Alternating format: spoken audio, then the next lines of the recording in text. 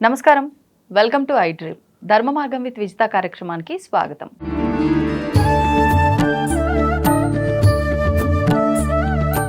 నమస్కారం అండి. శ్రీమాత్రే నమః.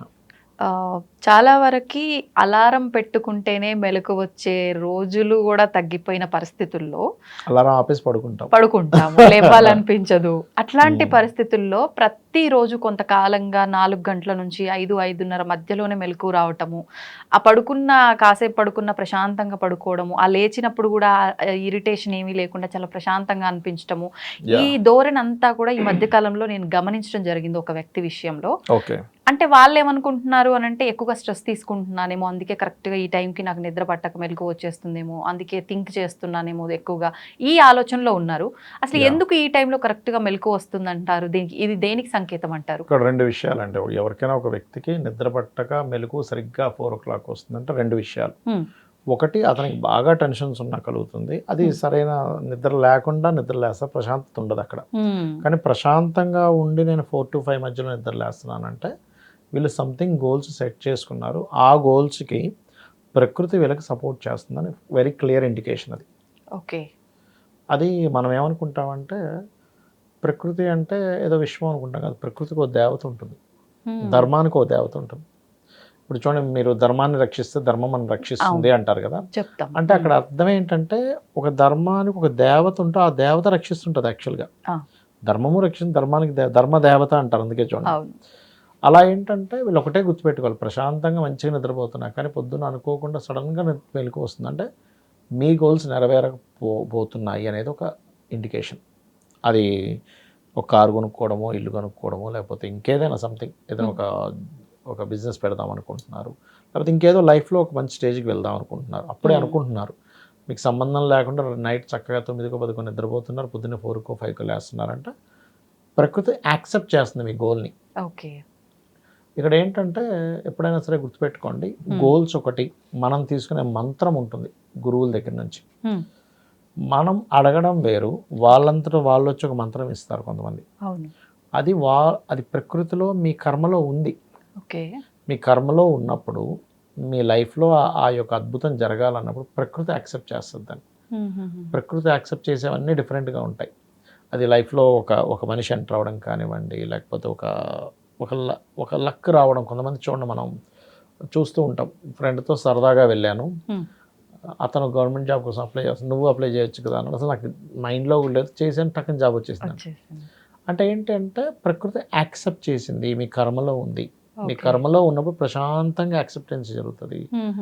అలా కాకుండా మీరు ఏదో టెన్షన్లో ఉన్నప్పుడు ఏదో మెలకు వస్తుందని దాన్ని ఆ రకంగా చూడడానికి వీల్లేదు, గుర్తుపెట్టుకోండి. ఓకే. ఎప్పుడైనా ప్రకృతి మీకు ఒక్కొక్కసారి కొన్ని డిస్టర్బెన్సెస్ అయినట్టుగా అనిపించినా దాని తర్వాత నుంచి నిద్ర పట్టడం ప్రశాంతంగా జరుగుతుంది. అందుకే చూడండి, ఏదైనా డాక్టర్స్ కూడా మీకు మెడిసిన్ ఇచ్చేటప్పుడు నిద్రలా పడుతున్నారు అడుగుతారు. బికాజ్ ఆఫ్ మన స్లీప్ మీద ఎఫెక్ట్ పడుతుంది ఎప్పుడు కూడా. బికాజ్ ఆఫ్ అన్ని గ్రహాల కంటే మనం గత ఎపిసోడ్లో కూడా చెప్పుకున్నాం, చంద్రుడు చాలా దగ్గరగా ఉంటాడు, రవి చాలా దగ్గరగా ఉంటాడు. చంద్రుడు మనస్కారకుడు. ఎవరి పర్సనల్ చాట్లో అయినా మూన్ పాడయ్యాడు అనుకోండి, వాళ్ళకి నిద్ర సరిగా పట్టదు. మూన్ పాడైనా, లగ్నానికి మూన్ ఉండే స్టార్కి డిఫరెన్సెస్ ఎక్కువగా ఉన్నా, అంటే సేమ్ కనెక్టివిటీస్ ఉన్నప్పుడు తొందరగా నిద్రపడుతుంది, సేమ్ కనెక్టివిటీస్ లేనప్పుడు లేట్గా నిద్రపడుతుంది. అయితే ఈ రకంగా ఉన్నప్పుడు ఏంటంటే మన మనసు ప్రశాంతంగా ఉంది, ఆ టైంలో తీసుకునే నిర్ణయాలు కూడా ప్రశాంతంగా ఉంటాయి. యాక్చువల్గా ఏంటంటే 4 o'clock ఎందుకు నిద్ర లేపుతుంది అది అంటే, మీ గోలు ఎప్పుడైనా సరే దాన్ని బ్రహ్మ ముహూర్తం అంటారు మన దాంట్లో.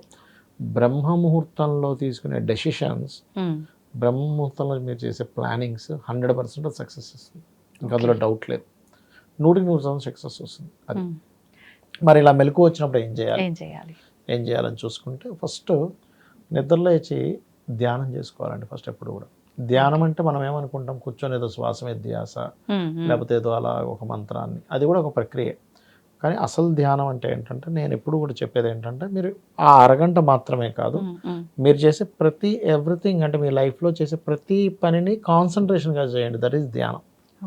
ధ్యాస పెట్టడమే ధ్యానం అంటే. నువ్వు ముక్కు దాని మీద ధ్యాస పెడతావా, లేకపోతే నీ ఆలోచన మీద ధ్యాస పెడతావా, ఏదైనా నీకు గోల్ ఉంటే పూర్తిగా దాని గురించి అనాలిసిస్ చేయండి. పెన్ పేపర్ తీసుకుని మైండ్తో అనాలిసిస్ చేయండి.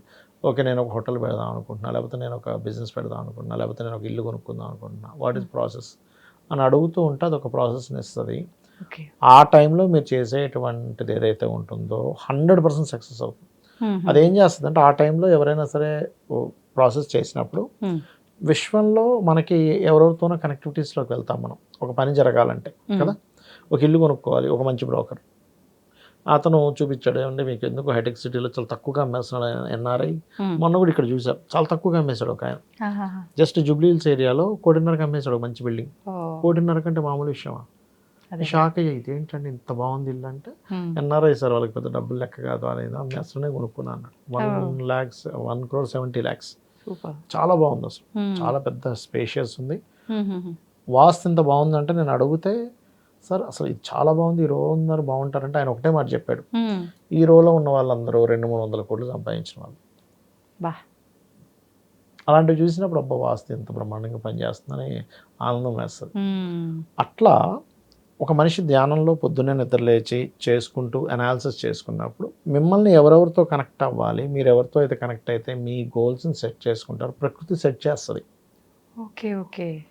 మీరు అంటే నేను ఈ మంత్ర సంబంధించిన ఈ పొద్దున్నే ధ్యానం చేసే విషయంలో నేను అబ్జర్వ్ చేసినటువంటి ఎన్ని సంవత్సరాలను అబ్జర్వ్ చేసినవి ఏంటంటే, ఫస్ట్ టైం ఎవరి దగ్గరైనా మీరు గురువు దగ్గర మంత్రం తీసుకున్నారు అనుకోండి, మీరు సంకల్పం చేసుకున్నారేమని రేపు పొద్దున్నే మరి 4 or 5 o'clock లేచి నేను స్నానం చేసుకుని మళ్ళీ మంత్రం చేసుకుంటా అనుకుంటే ఆ దేవత వచ్చి లేపుతుందా కర్మ కనుకుంటే అక్కడ నిజంగా దేవత వచ్చి వాళ్ళు లేపుతుంది. చూస్తే ఎవరు ఉండరు, తేడా చూస్తే ఎవరు చుట్టూ ఎవరు ఉండరు, కానీ ఎవరు తట్టలేపినట్టు అనిపిస్తుంది. ఎందుకంటే వాళ్ళకి ఆ కర్మలో అది ఉంది. ఆ దేవతను చేసుకుంటే ఆ వ్యక్తి జపం చేసుకుంటూ సిద్ధి పొందితే అద్భుతాలు చూడాల్సి ఉంటుంది. అలాగే ఇక్కడ మనకు కనబడకుండా మన నిద్రలో ఉండగానే మనం నిద్రలేస్తాం.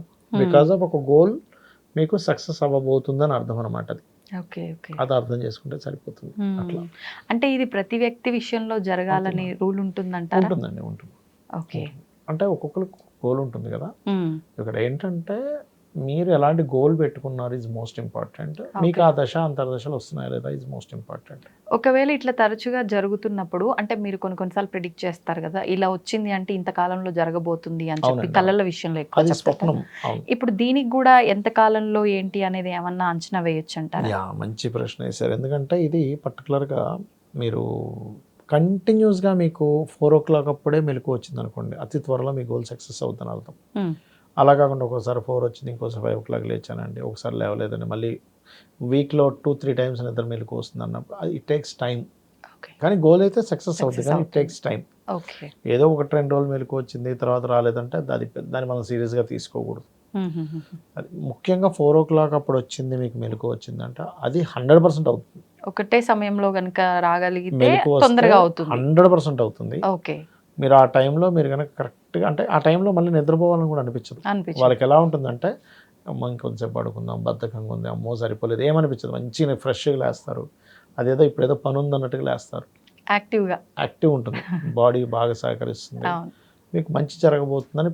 ఎందుకంటే ఆ సమయంలో శాస్త్రంలో చెప్పినవి ఏంటంటే ఆకాశం నుంచి కొంతమంది సిద్ధ పురుషులు కానివ్వండి, మహర్షులు కానీ భూమి మీదకి వచ్చే సమయం అది.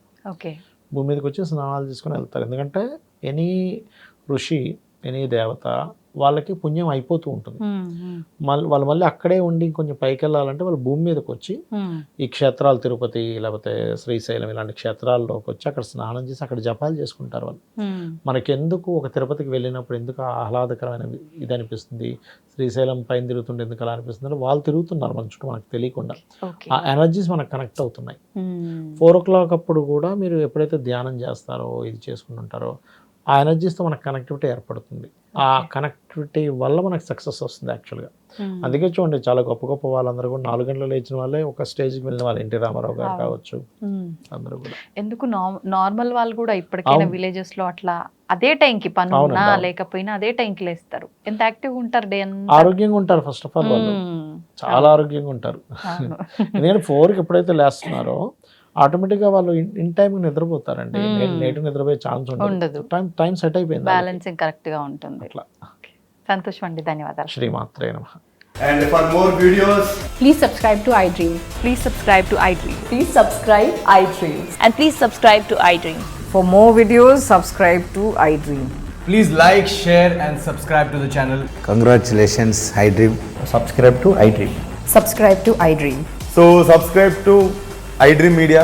iDream ki iDream team అందరికి huge congratulations. Please subscribe iDream Media. Please subscribe to iDream.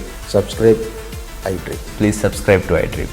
iDream అంటే నా కళల ఛానల్ను సబ్స్క్రైబ్ చేసుకున్న నోరు తిరుగుతలేదు, మీరైతే గంట గుర్తు కొట్టండి. For more such videos, please subscribe to iDream. Subscribe to iDream. Please subscribe to iDream. Please subscribe iDream Media. Please do subscribe to iDream. Please subscribe to iDream Media. For best entertainment and information, please subscribe iDream. And don't forget to subscribe to iDream.